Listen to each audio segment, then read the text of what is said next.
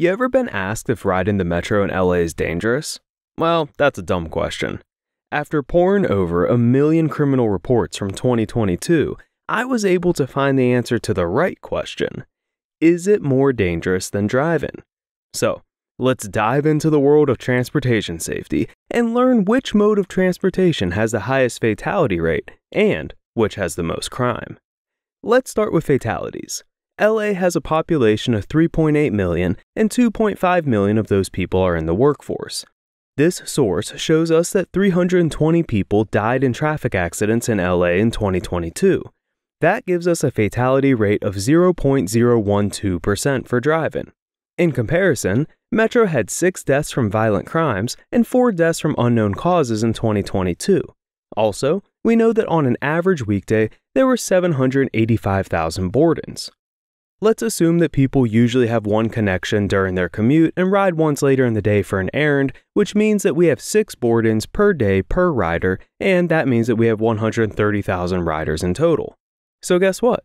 With around 130,000 riders, the fatality rate is only 0.008%.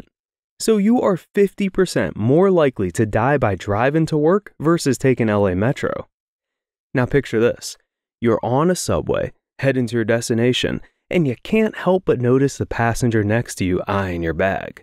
You start to wonder if your laptop is safe, and your mind wanders to the crime rate of LA Metro in general.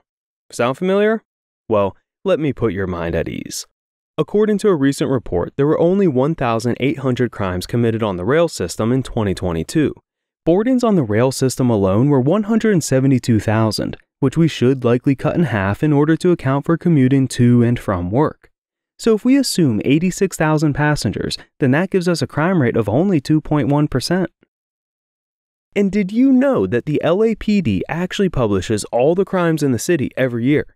I took it upon myself to dive into that spreadsheet and read every single detail of every single crime. Let's just say I've been having trouble sleeping lately. But seriously, the crime statistics for our city are alarming. In a population of 3.8 million, there were 233,000 crimes committed, which equates to a crime rate of 6.05%. This means that even normal everyday activities such as going to the grocery store or eating out on weekends expose you to a higher crime rate than taking the metro does. Yeah, I know. Crazy, right? And guess what's the most common place for these crimes to take place? The streets. It's not surprising, considering they're literally everywhere, but what caught me off guard was the 4th spot on the list. It is none other than parking lots. Who knew that parked cars could attract so much unwanted attention? From break-ins to catalytic converter thefts, car owners have to be extra cautious. And if you're thinking, well, I'm never leaving my house again, hold on to that thought, because the 2nd and 3rd spots are even more shocking. The FBI keeps data about crime rates in different cities across the US. However, I must mention that the FBI data only covers 77% of the US population. Also, the data for LA is not included in it, so I had to manually add it. According to the crime rate statistics, LA would rank at number 14. Some other notable large cities with a higher crime rate than LA include Seattle, Minneapolis, Portland, Denver, and Memphis. When comparing cities with a population over 1 million, 2 out of 4 of them have a very similar crime rate, while the other 2 have a higher rate. Therefore, when considering its size, Los Angeles is not particularly dangerous. Additionally, the metro system in Los Angeles is one of the safer regions in the city. Now, imagine being trapped on a train with 2 people shouting threats at each other. Suddenly, all the statistics in the world won't matter because you might feel like you just hit the jackpot of bad luck. The question is, what do you do? Well, the first step is to acquaint yourself with the different ways to get the attention of the officials. It could be as simple as pressing a button by the door or knowing exactly who to approach for help. Remember, in such situations, knowing your options beforehand can make all the difference. So next time you're on a train, keep this in mind. Be prepared. In addition, LA Metro and Metrolink have safety hotlines. Save the contacts.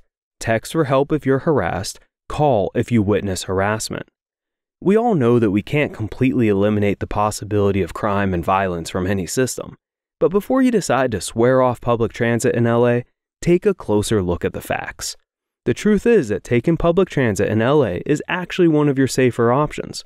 Of course, it's always better to be safe than sorry, so it's a great idea to have some safety measures in place just in case you do get unlucky.